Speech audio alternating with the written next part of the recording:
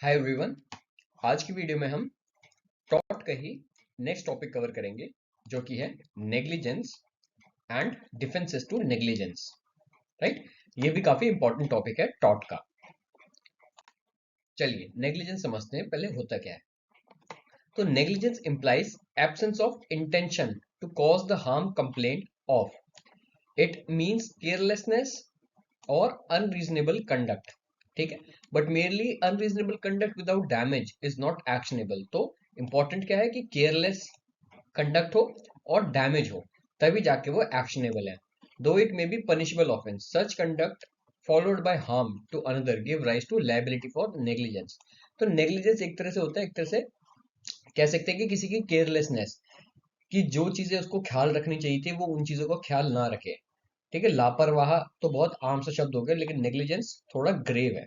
ठीक है, the essential elements of to constitute a tort of negligence are, सबसे पहला, defendant owed a duty of care to plaintiff.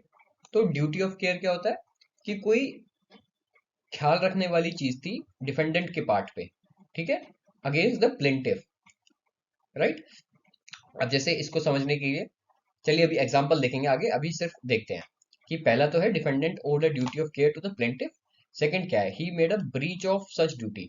तो पहला तो है कि उसको किसी का ख्याल रखना था, जैसे प्लेंटिफ है तो उसके लिए उसको कोई ड्यूटी ऑफ केयर थी, कुछ ख्याल रखने थे। सेकंड है कि उसने उन ख्याल जो उसको रखने थे वो ब्रीच करे हैं। ठीक है, वो जो ड्यूटी ऑफ केयर थी उसको ब्रीच करा है। ठीक है, सी क्या है, प्लेंटिव सफर डैमेजेस। और थर्ड है कि वो जो पार्टी है प्लेंटिव, उसको उस ब्रीच ऑफ ड्यूटी की वजह से डैमेजेस हुए हैं। ठीक है, चलिए आगे चलते हैं। अब समझते हैं पहले ड्यूटी ऑफ केयर। तो ड्यूटी ऑफ केयर क्या है, it means duty to take care. It means a person shall behave reasonably, be careful and dutiful. अगर आप मानिए किसी छोटे बच्चे को आपने गोद में ले रखा है, ठीक है, तो आपको थोड़ी एक्स्ट्रा केयर रखनी पड़ती है उस बच्चे के लिए। तो हर सिचुएशन में एक रीजनेबल केयर और ड्यूटी चाहिए होती है जो कि आपसे एक्सपेक्ट करी जाती है आप परफॉर्म करें। राइट, तो इसी को बोलते हैं duty of care. As a reasonable man should be in like circumstances. The concept of duty of care depends upon facts and circumstances. जैसा भी हमने कहा कि हर सिचुएशन में डिफर कर सकता है। एग्जाम्पल देखते हैं, a doctor owing a duty of care to his patient, an employer to his employee and resident to his neighbor। तो हर सिचुएशन में अलग अलग टाइप की ड्यूटी ऑफ केयर है। अगर आप अपने पेशेंट को ट्रीट कर रहे हैं तो आप ख्याल रखेंगे कि जो भी बेसिक रिक्वायरमेंट्स हैं वो आप परफॉर्म कर रहे हैं। Right, reasonableness is the key to ascertain duty of care in each case.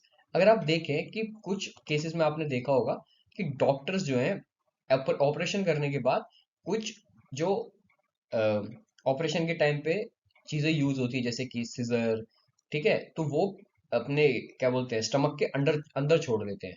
तो ये एक नेग्लिजेंट एक्ट का एग्जाम्पल है। क्यों? क्योंकि वो ड्यूटी ऑफ केयर है जो कि डॉक्टर को परफॉर्म करनी होती है अपने पेशेंट पे, लेकिन वो भूल जाते हैं उस ड्यूटी ऑफ केयर को और वो ब्रीच करते हैं जिससे कि उस इंसान को डैमेज होते हैं, इसलिए इसको नेग्लिजेंस बोलते हैं। ठीक है, अब आता है हमारे पास ब्रीच ऑफ ड्यूटी। इसको समझते क्या है। Breach of duty to take care means the defendant has not observe due care. तो सबसे पहले क्या है कि ड्यू केयर होनी चाहिए। अब उस ड्यूटी को जब ब्रीच करते हैं उसी को कहते हैं ब्रीच ऑफ ड्यूटी। ठीक है, वो ड्यू केयर उस इंसान ने जिससे वो एक्सपेक्टेड थी वो परफॉर्म नहीं करी। Such breach of duty is essential to prove succeeded in an action for negligence constitute a tort of negligence। ठीक है, सेकंड भी समझ आ गया। थर्ड आता है डैमेज। डैमेज इसका थर्ड एसेंशियल है। ठीक है, even if the defendant owes the duty of care to the plaintiff and makes a breach of such duty, no action shall lie for negligence if no damage is caused। तो अगर देखा जाए, first हमारे पास available है किसी situation में, पहली duty of care थी, ब्रीच ऑफ ड्यूटी भी हो गई, लेकिन वो तब तक एक्शनेबल नहीं है, तब तक आप उसको कोर्ट में केस नहीं कर सकते जब तक डैमेज नहीं हुआ, जब तक डैमेज नहीं हुआ है। ठीक है, तो even if duty of care हो या फिर वो ब्रीच भी हो जाए, no action shall lie for negligence if no damage is caused. Damage cause होना बहुत इंपॉर्टेंट है उस ब्रीच ऑफ ड्यूटी से। राइट, चलिए आगे चलते हैं। अब इसको डिटेल में समझते हैं ड्यूटी ऑफ केयर। चलिए, हमने पढ़ लिया कि एक एसेंशियल कंडीशन है नेग्लिजेंस के लिए। ठीक है, it means that every person owes a duty of care, right. तो ड्यूटी ऑफ केयर हर इंसान को परफॉर्म करनी चाहिए to another person while performing an act. Although this duty exists in all act, but in negligence, the duty is legal. तो ये duty जो है ये लीगल होती है in nature and can not be illegal, unlawful and can not be of moral, ethical और religious nature. अब इसको समझने के लिए एक केस लेते हैं। केस है स्टैंसविल वर्सेस ट्रॉमन, 1948 का ये केस है। इसमें क्या हुआ था, अ decorator was engaged to carry out decoration in the house, ठीक है, तो उसको डेकोरेशन करने के लिए असाइन करा गया था। soon after the decorator left the house without locking the doors or informing anyone, तो वो घर खुला छोड़ गया ना बिना किसी को बताए। उसकी एब्सेंस में क्या हुआ, एक थीफ आता है और he entered the house and stole some property, the value of which the owner of the house claimed from the decorator। तो उन्होंने डेकोरेटर को उस डैमेजेस के लिए क्लेम कर दिया। It was held that the decorator was liable as he was negligent। क्यों? क्योंकि उसकी ये ड्यूटी ऑफ केयर थी कि वो या तो घर बंद करके जाए या फिर किसी को इन्फॉर्म करके जाए, और उसने उस ड्यूटी ऑफ केयर को ब्रीच करा है, और उसकी वजह से डैमेज किसको हुआ, ओनर को, क्योंकि उनके घर से कुछ इंपॉर्टेंट प्रॉपर्टी जो है वो चोरी हो गई। तो इसीलिए ये एक्ट नेग्लिजेंट एक्ट बोला जाएगा, ठीक है। And was liable as he was negligent in leaving the house open and failed his duty of care. I hope आपको इस एग्जांपल से काफी अच्छे से समझ आ गया होगा, राइट। चलिए आगे चलते हैं। अब एक और इंपॉर्टेंट पॉइंट है, the duty must be towards the plaintiff. तो ड्यूटी जो है ना वो प्लेंटिफ के टुवर्ड्स होनी चाहिए, ठीक है। ऐसा नहीं कि आप रैंडमली किसी के अगेंस्ट भी हो सकती है। अब इसको समझने के लिए एक केस आता है, बोर हिल वर्सेस यंग, 1943 का ये केस है, ठीक है। The plaintiff, who was a fishwife, got down from a tram car, and while she was being helped in putting her basket on her back, a motorcyclist, after passing the tram, collided with a motor car at a distance of 15 yards, which was on other side of the tram. The motorcyclist died instantly, and the plaintiff could not witness the accident। तो accident हुआ और ये जो plaintiff है, ये जो lady है, ये एक्सीडेंट तो विटनेस नहीं कर पाई, ठीक है। लेकिन she had only heard the sound of the collision, उसको सिर्फ आवाज आई। Once the body had been removed from the place of accident, she visited the place and saw some blood which was left on the road. तो body तो चली गई थी जो एक्सीडेंट हुआ था इस इंसान का, लेकिन उसने कोई ब्लड जो वहां पर पड़ा हुआ था वो देख लिया। As a reaction to which this incident, she suffered a nervous shock. तो इसके बाद उसको नर्वस शॉक हुआ and gave birth to a still born child of 8 months, because of which she sued the representatives of the deceased motorcyclist. It was held that the deceased had no duty of care towards the litigant, and therefore she could not claim any damages from the deceased representative। तो यहाँ पर ये इंसान जिसका accident हुआ था, ठीक है, ये नेग्लिजेंटली ड्राइव तो कर रहा था, लेकिन इसको थोड़ी पता था कि साइड में कोई खड़ा इंसान मेरे ब्लड की वजह से उसको नर्वस शॉक लग जाएगा। तो इस इंसान के प्रति कोई ड्यूटी ऑफ केयर नहीं थी, ठीक है।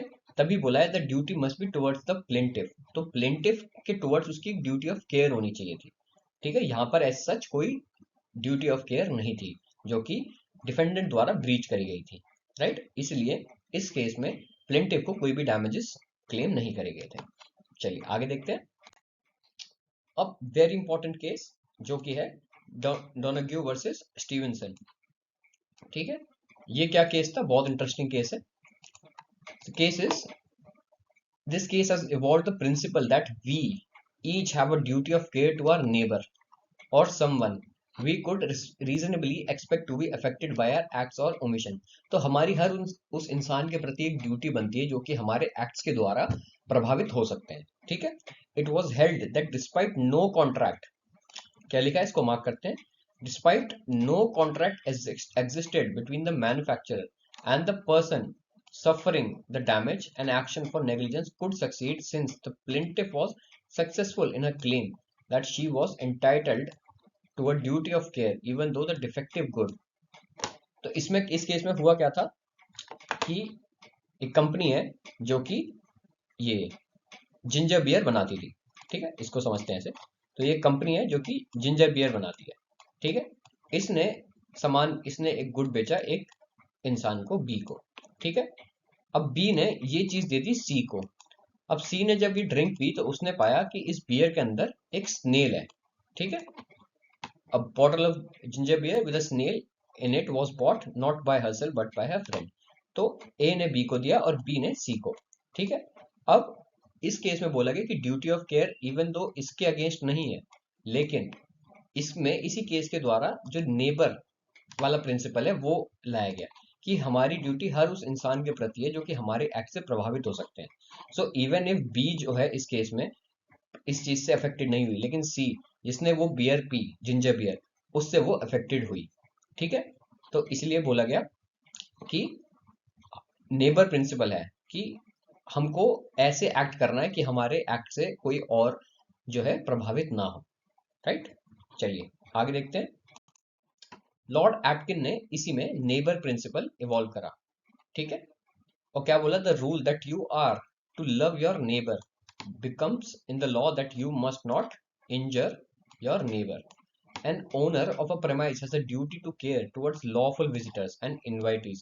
He has no duty towards unlawful visitors or trespassers, but he cannot use unreasonable force or unlawful means to expel them from the premise. अब इसका भी एग्जाम्पल लेते हैं, ठीक है। एग्जाम्पल से समझते हैं। ए ये एक इंसान है, ठीक है, जिसका ये एक घर है, ठीक है, ये एक घर है। अब ए इसका ओनर है, तो इसके घर में जितने भी लोग आएंगे, लॉफुल लोग आएंगे जो कि इनसे मिलना चाहते हैं, वो आकर मिल सकते हैं, ठीक है। लेकिन मान लीजिए इसका इस ए का वॉशरूम जो है वो घर के बाहर है, राइट, ये इसका वॉशरूम है। अब कुछ लोग होते हैं कि नेबर्स के जो लोग होते थे ना, वो इसके वॉशरूम को यूज करने लगे, राइट। तो ए ने क्या करा कि इसके घर के चारों तरफ ना फेंसिंग कर दी। कैसी? इलेक्ट्रिकल फेंसिंग जिसपे करंट दौड़ता था। तो एक दिन रात को एक इंसान आया और इसका वॉशरूम यूज करने के लिए, लेकिन उसको नहीं पता था कि ये इलेक्ट्रिकल वायर्स है, और उस इलेक्ट्रिकल वायर्स के वजह से इस इंसान की डेथ हो जाती है, ठीक है। अब ये एग्जाम्पल पढ़ा, अब फिर से हम ये वाला पार्ट पढ़ते हैं और आप समझते हैं। An owner of a premise has duty to care towards lawful visitors and invitees. He has no duty towards unlawful visitors. तो ये लोग जो है तो unlawful visitors हैं, लेकिन but he cannot use unreasonable force और unlawful means. तो इसका ये इलेक्ट्रिकल फेंसिंग करना चारों तरफ unreasonable force और unlawful means है to expel them from their premise, ठीक है। ये एक नेग्लिजेंट एक्ट माना जाएगा। चलिए आगे देखते हैं। अब आता है हमारे पास breach of duty to take care, right. तो अभी तक तो हमने पढ़ लिया कि ड्यूटी ऑफ केयर क्या होती है, उसको कैसे समझा जाता है, ठीक है। It's not enough for a plaintiff to prove the defendant owed him a duty of care. तो जरूरी नहीं कि सिर्फ आप ये प्रूव कर दे कि एक प्लेंटिफ की आपके तरफ, डिफेंडेंट की आपकी तरफ ड्यूटी ऑफ केयर थी, राइट। आपको ये भी प्रूव करना होगा कि वो ड्यूटी ब्रीच करी गई है। He must also establish the defendant is breached his duty to the plaintiff. A defendant breaches such duty by failing to exercise reasonable care in fulfilling the duty. अब यहाँ पर क्या है? रीजनेबल केयर, जो कि एक इंसान के द्वारा ली जानी चाहिए, ठीक है। चलिए अब इंपॉर्टेंट केस है म्युनिसिपल कॉर्पोरेशन ऑफ दिल्ली। एक मिनट, केस है municipal corporation of Delhi versus Subhagwanti. अब ये केस क्या है? ये चांदनी चौक का एक केस है, ठीक है। इसमें क्या हुआ, a very old clock tower situated in the middle of the crowded area of Chandni Chowk, ठीक है। तो एक ये जैसे आप इसमें देख सकते हैं, ये एक क्लॉक टावर है, suddenly collapse thereby causing the death of many people. तो ये कोलैप्स हो गया और काफी लोगों की डेथ हो गई। The tower was 80 year old. तो इसकी कितनी एज हो गई थी? 80 साल पुराना ये क्लॉक टावर था। Although the normal lifespan of a clock tower should have been 40 से 45 साल, 40 to 45 ईयर्स जो है ये किसी भी क्लॉक टावर की एक नॉर्मल लाइफ होती है। तो आप देखें तो करीब करीब ये डबल टाइम पीरियड हो गया था। The clock tower was under the control of municipal corporation of Delhi and they had a duty of care towards the citizen by ignoring the repair the clock tower they had breached their duty of care towards the public and were thereby liable. तो ये जो clock tower था, इसकी as हो गई थी 80 years, almost double जितनी उसकी नॉर्मल लाइफ स्पैन होती है। और इसको संभाल कौन रहा था? Municipal corporation of Delhi. तो म्युनिसिपल कॉर्पोरेशन ऑफ दिल्ली की ये रिस्पॉन्सिबिलिटी थी कि इसमें जो भी मेंटेनेंस है इसकी, या जो भी इसका ख्याल रखा जाना चाहिए था, रिपेयर करा जाना चाहिए था, वो टाइम से करा जाए। तो उस ड्यूटी ऑफ केयर को म्युनिसिपल कॉर्पोरेशन ऑफ दिल्ली ने ब्रीच करा, जिसकी वजह से लोगों की डेथ हो गई। तो डैमेज तो हुआ है, तो इसीलिए इस एक्ट को नेग्लिजेंट कहा गया, और म्युनिसिपल कॉर्पोरेशन ऑफ दिल्ली जो है, they were held liable, right. चलिए आगे चलते हैं। Consequential harm to the plaintiff, proving that the defendant failed to exercise reasonable care is not enough, ये हम पढ़ चुके हैं। It should also be prove that the failure of the defendant to exercise reasonable care resulted in, सबसे important point क्या है कि वो डैमेजेस हुए हैं, ये प्रूफ होना जरूरी है, to the plaintiff to whom the defendant over the duty of care. अब हार्म किस किस तरह के हो सकते हैं? बॉडीली हार्म हो सकता है, जैसा हमने लास्ट में देखा चांदनी चौक वाला केस में, तो बॉडीली हार्म हो सकता है। Harm to the reputation, reputation को भी हार्म हो सकता है। प्रॉपर्टी का हार्म हो सकता है, फाइनेंशियल लॉस हो सकता है, या फिर मेंटल हार्म भी हो सकता है, right. When such damage is proved, the defendant is bound to compensate the plaintiff for the damages occurred. तो जब ये चीज प्रूव हो जाती है, तो जो भी डिफेंडेंट होता है उसको प्लेंटिफ को कॉम्पनसेशन देना होता है। केस देखते हैं, Joseph versus George Moonjely, right. The Kerala court awarded damages amounting to rupees 1,60,000 against a surgeon for performing an operation on a 24-year-old without following proper medical procedure and not even administering local anesthesia. ठीक है, तो इसके लिए damages दिए गए जो कि थे 1,60,000, राइट। चलिए आगे चलते हैं। अब समझने की बात है कि क्रिमिनल नेग्लिजेंस सिविल नेग्लिजेंस से कैसे अलग है, ठीक है। क्रिमिनल नेग्लिजेंस क्या होती है? Is said to take place when a person acts in a particular way which is an extreme departure from which a reasonable person would act in a similar or same circumstances. The difference in civil negligence is that the conduct may not be seen as radical departure from the way of reasonable person would have responded. तो criminal negligence में क्या होता है कि जो required चीजें होती हैं उससे काफी ज्यादा दूर चले जाती है ड्यूटी ऑफ केयर, ठीक है। जो ब्रीच होता है वो काफी ग्रेव होता है। सिविल नेग्लिजेंस में क्या होता है? Occurs when a person fails to exercise ordinary care, ठीक है, जो मामूली चीजें होती हैं जो एक इंसान को करी जानी चाहिए वो।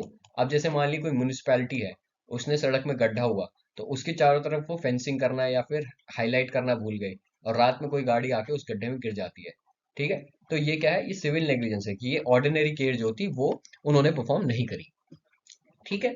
और due diligence, but criminal negligence relates to conduct that is considered so extreme and rash that it is a clear divergence from the way an ordinarily prudent person would act and is considered to be more than just a mistake in judgment, ठीक है।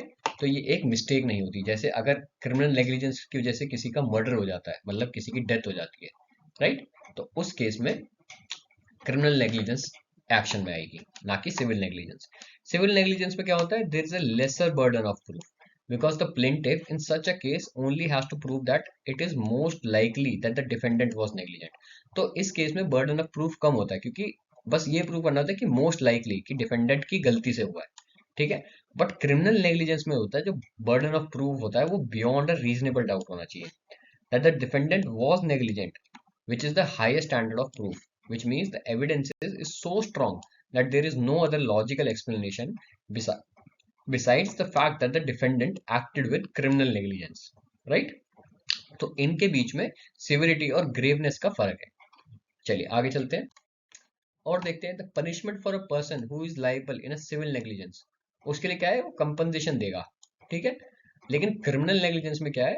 Under section 304A of IPC it can extend to up 2 years of jail and fine और both, ठीक है।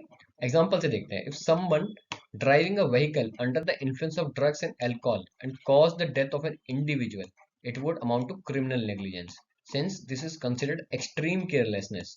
सही बात है, अगर आप दारू पी के सड़क पे गाड़ी चलाएंगे तो पॉसिबिलिटी है कि आप किसी की डेथ कॉज कर देंगे, ठीक है, तो ये तो एकदम एक्सट्रीम केयरलेसनेस हुई। लेकिन if a housekeeper in an office mopping the floor, अगर कोई हाउसकीपर है और वो फ्लोर को वेट छोड़ देता है, ठीक है, और उस पर फिसल के किसी किसी को चोट लग जाती है, ठीक है, तो यहाँ पर ये सिविल नेग्लिजेंस होगा। क्योंकि एक लैक ऑफ ड्यू डिलीजेंस है जो कि हाउसकीपर की गलती से हुई, ना कि कोई एक्सट्रीम नेग्लिजेंस, राइट। चलिए अब हम आ जाते हैं अपने जो भी अभी तक हमने नेग्लिजेंस की बातें समझी, जो भी हमने duty of care, breach of duty care, damages समझे, उसके बेसिस पे कुछ प्रिंसिपल फैक्ट बेस्ड के क्वेश्चन सॉल्व करने हैं, ताकि आप फेमिलियर हो जाएं कि एग्जाम में क्वेश्चंस कैसे आते हैं और उनको अप्रोच कैसे करना है, राइट। सबसे पहला प्रिंसिपल क्या बोलता है? Negligence is actionable in law. In simple terms, negligence is the failure to take proper care over something, right. Facts क्या बोलते हैं? A, a doctor conducted hysterectomy sincerely on B and left a small cotton swab. तो operation के बाद एक cotton swab जो होता है वो स्टमक में ही छोड़ दिया, inside the abdomen, as a consequences of which be developed some medical problems and had to undergo another surgery. तो उस कॉटन स्वैब के अंदर छोड़ने की वजह से उसको और दिक्कतें हुई और मेडिकल प्रॉब्लम हुई, और उसके लिए उसको एक और सर्जरी करवानी पड़ी। अब यहाँ पर क्या ए लाइबल होगा? आप वीडियो पॉज करिए और आंसर करिए। चलिए ऑप्शंस देखते हैं। तो पहला ऑप्शन क्या बोल रहा है? It says A is not liable as he did not foresee any consequences at the time of surgery. B, as only a small swab was left in the abdomen, there was no negligence. C, A is liable for the negligence as he failed to take proper care during the surgery. Or D, liability for negligence does not arise here as A performed the operation sincerely. तो आपके हिसाब से correct answer क्या होना चाहिए? चलिए देखते हैं सही आंसर क्या है। The correct answer would be option C, ठीक है। क्योंकि क्या है? A is liable for the negligence as he failed to take proper care during the surgery. तो जब कोई डॉक्टर किसी पेशेंट पे ऑपरेट कर रहा है तो ये बेसिक ड्यूटी ऑफ केयर है कि वो कुछ भी एब्डोमेन के अंदर ना छोड़ दे, राइट। ये तो बेसिक है। तो ये ड्यूटी ऑफ केयर जो है डॉक्टर फेल करके करने में, so there is a duty of care, there is a breach of duty of care, ठीक है, और डैमेज हुए हैं प्लेंटिफ को, so A is liable for the negligence, ठीक है। चलिए आगे चलते हैं, प्रिंसिपल पढ़ते हैं पहले, ठीक है। This is a long question, आप आराम से प्रिंसिपल पढ़िए पहले। फर्स्ट है, negligence is the absence of care on the part of one party which results in some damage to the other party, right. Generally, a person is under no duty to control another to prevent his doing damage to a third party. Okay. The forcibility test basically asks whether the person causing the injury should have reasonably foreseen the general consequences that would result because of his or conduct. तो forcibility है कि उसको क्या वो पता कर सकता था कि उसके इस एक्शन से आने वाले टाइम में या फिर अभी ये सारे consequences हो सकते हैं, ठीक है। Statutory authority implies that an act is done by a person to fulfill his duty imposed by the state. Statutory authority is valid defense under the law of torts. तो फोर्थ पॉइंट क्या कह रहा है कि statutory authority जो होती है imply करती है दैट कोई भी एक्ट जो है जो कि एक पर्सन के द्वारा किया गया है अपनी ड्यूटी परफॉर्म करते हुए बाय द स्टेट, तो उस केस में वो वैलिड डिफेंस ले सकता है स्टैट्यूटरी अथॉरिटी का, और वो लॉ ऑफ टॉर्ट से इम्यून होगा, ठीक है। तो आई होप आपको ये चारों प्रिंसिपल समझ आ गए। इफ नॉट, आप एक बार पॉज करके फिर से एक बार इन सारे प्रिंसिपल्स को पढ़िए ताकि हम आगे फैक्ट्स की तरफ चलते हैं। चलिए तो अब हम फैक्ट्स देखते हैं इस केस के। फैक्ट्स क्या है? 10 borstal trainee were working on an island in a harbour, ठीक है, in the custody and under the control of 3 officers. तो बोस्टल क्या होता है? एज फार आई नो ये एक यूथ डिटेंशन सेंटर्स होते हैं, राइट। तो उनके ट्रेनीज थे, वे working on island in a harbour in the custody, तो वो कस्टडी में थे and under the control of 3 officers. During the night 7 of them escaped, तो 10 में से 7 भाग गए। It was claimed that at the time of the escape, the officers had retired to bed. The 7 got on board a yacht, moved, damaged it, ex-sued the home office. Sorry. The 7 got on board a yacht, moved off the island and set it in motion. They collided with another yacht, the property of X, and damaged it. X sued the home office for the amount of the damage. ठीक है, decide whether on the facts pleaded in the statement of claim the home office its servant or agents owed a duty of care to X capable of giving rise to liability in damages with respect to the detention of persons undergoing sentences of borstal training or with respect to the manner in which such persons were treated, employed, disciplined, controlled or supervised while undergoing such sentences. ठीक है, facts आपने पढ़ लिए, principal आपने पढ़ लिए, options देखते हैं. The home office is not liable as they are performing statutory duty, ठीक है, and has immunity from liability in negligence, right? B, the trainees are liable and not the home officers as the injury to the ex property could not be reasonably foreseen by the officers. ठीक है, ये भी हमारे principal के basis पे ही लग रहा है अभी तक तो. The fact that the immediate damage to the property of X was caused by the acts of third person, the trainees, the prevent existence of duty on the part of the officers towards X. Okay.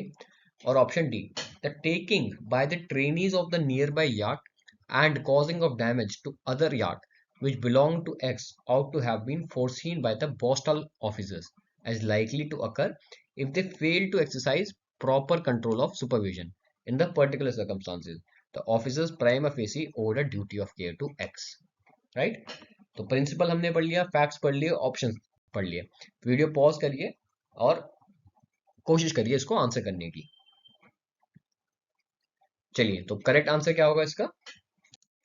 The correct answer would be option D. The Bostal officers are liable as the escaped trainees were under the control and because of negligence and improper control, they escaped.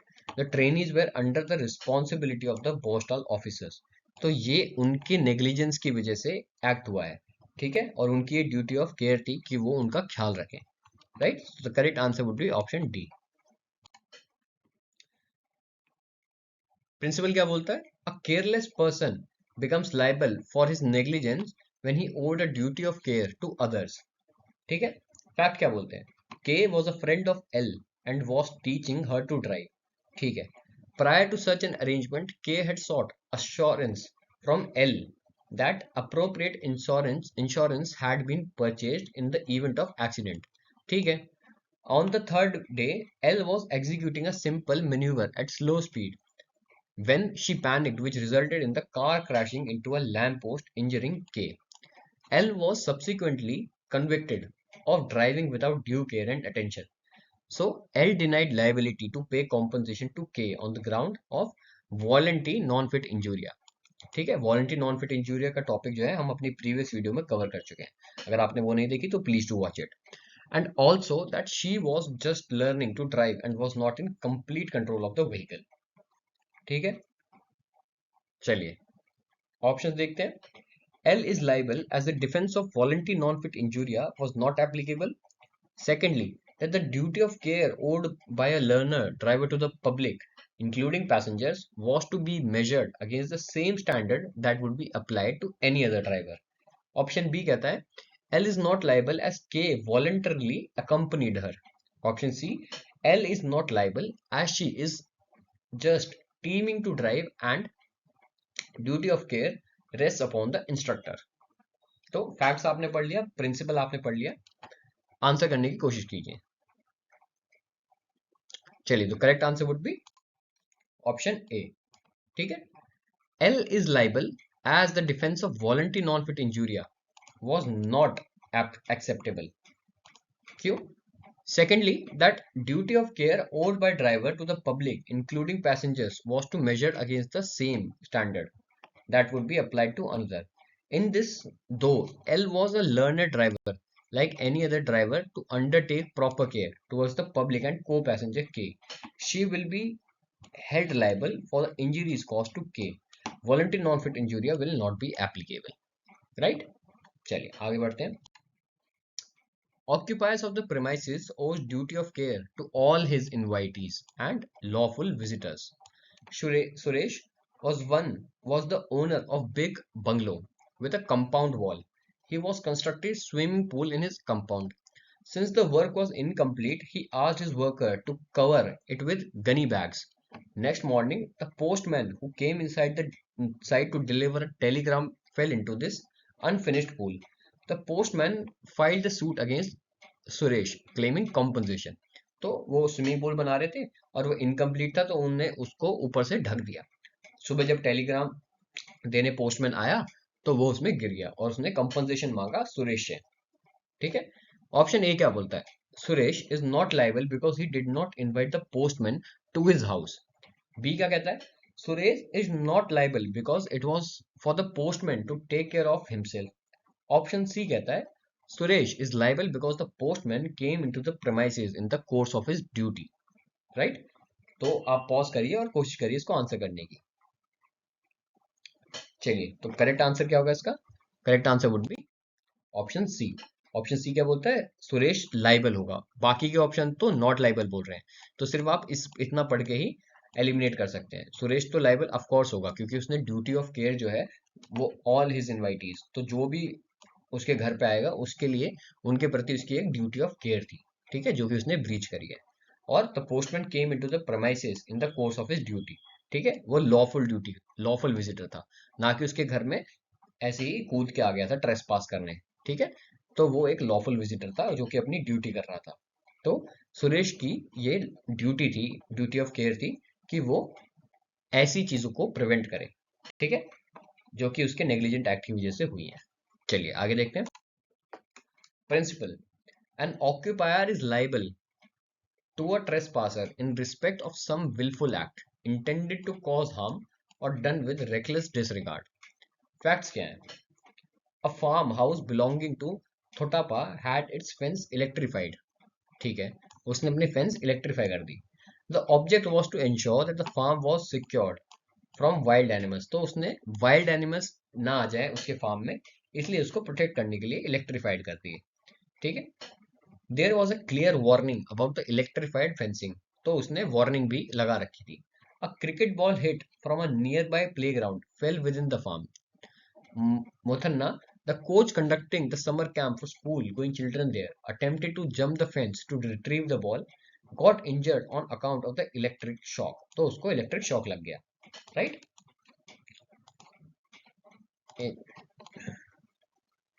ठीक है, तो उसको electric shock लग गया। Muthanna files a suit against Thotappa for relief. तो इस case में क्या होगा? ऑप्शंस पढ़ते हैं। Thotappa will not be liable because Muthanna was a trespasser. B. Thotappa will not be liable because he had given sufficient warning about the electric fence. C. Thotappa will be liable because he must take note of the adjacent playground. ठीक है, एक बार principal फिर से पढ़ते हैं। An occupier is liable to a trespasser in respect of some willful act intended to cause harm or done with reckless disregard. ठीक है, चलिए अब आप वीडियो पॉज करिए, उसको ट्राई करिए अटेम्प्ट करने का। चलिए, तो इसका करेक्ट आंसर देखते हैं। Correct answer would be option C. Thotappa will be liable because he must have taken note of the adjacent playground. Principle भी सेम चीज बोल रहा है कि an occupier is liable to a trespasser. Trespasser के लिए भी वो लाइबल होगा in respect of some wilful act intended to cause harm और डन विद रेकलेस डिसरिगार्ड। तो इलेक्ट्रीफाई करना एक रेकलेस डिसरिगार्ड है। ठीक है। Thotappa will be liable because he had used unreasonable force to expel trespasser, though he had put a notice regarding the same, but electrifying wire converts the protection into using of unreasonable force. Hence, he is liable. चलिए आगे देखते हैं। Principal क्या कहता है? Principal कहता है, a careless person becomes liable for his negligence when he owes to other duty of care. ठीक है। ठीक है, जब वो दूसरे के प्रति उसकी ड्यूटी ऑफ केयर होती है और उसके केयरलेस बिहेवियर की वजह से वो नेग्लिजेंट एक्ट बोला जाएगा। फैक्ट्स क्या बोलते हैं? As the bus was leaving the platform, Basappa rushed and boarded the bus keeping the door open. ठीक है। Barappa who was standing at the edge of the platform was hit by the door of the moving bus and injured. Birappa takes Basappa to court demanding monetary compensation. ठीक है, I hope simple principle है, simple facts हैं। Option आप लोग पढ़िए और कोशिश करिए उसको अटेम्प्ट करने की। चलिए, आई होप आपने ट्राई करा होगा वीडियो पॉज करके। सो इसका करेक्ट आंसर क्या होगा? Correct answer would be option A. ठीक है। क्या बोलता है? Basappa is liable to Beerappa for not having taken care to close the door of the moving bus. तो ये उसकी ड्यूटी ऑफ केयर थी जो कि उसने ब्रीच करी है। ठीक है, और उसकी वजह से डैमेज हुए हैं, तो सिंपली ये एक नेग्लिजेंट एक्ट होगा, राइट। चलिए नेक्स्ट देखते हैं। Principle, a careless person becomes liable for his negligence when he owes a duty to take care of other. ठीक है, Manjeet Kaur, a widow whose husband had been killed in motor accident, filed an appeal through her counsel claiming enhanced compensation. The case remained on the daily list of court for 2 weeks and then it was dismissed on default. The counsel of Manjeet Kaur is, अब क्या होगा? Principal क्या है? A careless person becomes liable for his negligence when he owes a duty to take care of other. पहला option, liable to Manjeet Kaur for having not having taken care to inquire the daily list. Not liable to Manjeet Kaur as it was duty of court to inform Manjeet Kaur. Not liable because it was duty of Manjeet Kaur to take care. Both B and C. चलिए, तो correct answer क्या होगा इसका? Correct answer would be option A. In the above facts, the counsel is liable to Manjeet Kaur, right? As he was negligent and lost the case due to his own fault. When a person engages a counsel to defend himself or herself, then it becomes the legal duty of counsel to defend him or her. Here there is a clear breach of legal duty, so the counsel is liable. चलिए आगे देखते हैं. Principal. A principal shall be liable for any damage caused by the agent in the course of employment. The scope of agent's authority is conditioned not only the power conferred by the principal but by the reasonable public perception of such authority. ठीक है, facts क्या कहते हैं? Omega is a well-known hospital offering specialized facilities. When a patient comes to the hospital, the general physician examines him and refers him to the specialist concerned. ठीक है, the brochure of the hospital describes all the doctors as Omega's doctor. ठीक है, but in fact all of them including the general physician are independent people using Omega's facilities under contractual arrangements. ठीक है, Gokul, having gone through the brochure, came to the hospital seeking a cure for a rare kind of disease. He was admitted into the hospital and operated upon for some heart problem. ठीक है, among the various documents he signed at the time of admission, there was a form whereunder Omega disclaimed liability for the negligence of any doctor. ठीक है, तो उन्होंने बोला है कि अगर किसी डॉक्टर के पार्ट पे कोई गलती होती है तो वो उसके लिए लाइबल होंगे. ठीक है, disclaimed liability for the negligence of any doctor. ठीक है, Gokul signed all the documents mechanically as most of the patients tend to do under those agonizing circumstances. Due to the negligence of operation surgeon, Gokul died. तो गोकुल की death हो गई. When his kith and kin filed a suit against Omega alleging negligence, Omega resisted the claim on the basis of document signed by the Gokul. ठीक है, तो हमने fact पढ़ लिया, प्रिंसिपल पढ़ लिया, ऑप्शंस पढ़िए और आंसर करिए, कोशिश करिए इसको आंसर करने की, फिर हम डिस्कस करेंगे. सो आई होप आपने ट्राई करा होगा. चलिए, तो पहला ऑप्शन क्या कह रहा है? Omega shall not be liable since the contract signed by Gokul exempted it from any liability. B. Omega shall not be liable since it is not really in position to control the specialist surgeon in the course of a complicated operation. Option C. Omega shall be liable because Gokul was drawn into the hospital by its brochure describing the various facilities available. चलिए, तो इसका correct answer क्या होगा? Correct answer would be option C. क्या बोलते हैं? Since the brochure described doctors as Omega's doctors, an operation which failed due to negligence was conducted during the course of employment, the hospital will be held liable. So the correct answer would be option C. चलिए, negligence हमने पढ़ लिया, principle fact के भी काफी सारे हमने question कर लिए. अब हम पढ़ते हैं कि डिफेंसेस क्या है. डिफेंस क्या है नेग्लिजेंस के? As apart from the general defenses available against the torts, contributory negligence. ठीक है, ये हमने प्रीवियस वीडियोस में भी डिस्कस करा है. contributory negligence acts as a good defense in tort of negligence. It means plaintiff by his own negligence contributes to the act causing damage to him. The rule is that if a person suffers damage due to his own negligent act, he can not sue the other negligent person for damages. अगर उसकी खुद की गलती है तो वो दूसरे इंसान को डैमेजेस के लिए क्लेम नहीं कर सकता. It is not necessary that there should be some positive act by the plaintiff. He can be negligent by negative act, not taking due care of himself. ठीक है, तो जरूरी नहीं कि वो कोई नेगेटिव मतलब कि कुछ गलत काम करे. अगर वो अपनी ड्यू केयर जो उसको रखनी चाहिए अपने लिए वो ना भी करे तो तब भी वो कॉन्ट्रीब्यूटरी नेग्लिजेंट का पार्ट होगा. एग्जाम्पल देखते हैं. A doctor prescribes a wrong medicine to the patient and the patient take overdose of the medicine and dies. There is said to be contributory negligence. कि मान लिया कि doctor ने गलत दवाई दी थी लेकिन पेशेंट ने भी तो उसका ओवरडोज लिया, तो गलती दोनों पार्ट में है, राइट. तो इसको बोलते हैं contributory negligence. Contributory negligence does not necessarily means that there must be some positive act from the side of the plaintiff. It means that the plaintiff is contributing to the negligence by not taking due care of himself. Same बात जो हमने ऊपर discuss करी. चलिए आगे चलते हैं. Example देखते हैं. कंडक्टर है of a overcrowded bus allows the passenger to travel on the roof of bus. तो बस भर गई है और कंडक्टर बोलता है कि बस के ऊपर बैठ जाओ. ठीक है. While bus was moving, one passenger was hit by a hanging branch of tree. तो जो पेड़ की लकड़ियां थी, जो ब्रांच थी उसकी, उससे जो ऊपर बैठा हुआ एक इंसान था बस में वो टकरा गया. He fell down and died. Here the conductor can take plea of contributory negligence. तो कंडक्टर जो है वो डिफेंस ले सकता है कॉन्ट्रीब्यूटरी नेग्लिजेंस का कि उसको तो पता है उसने गलती करी है उनको ऊपर बैठा के, लेकिन जो प्लेंटिव है उसने भी तो ऊपर बैठ के गलती करी. Because the plaintiff due to his want of care contributed to the negligence.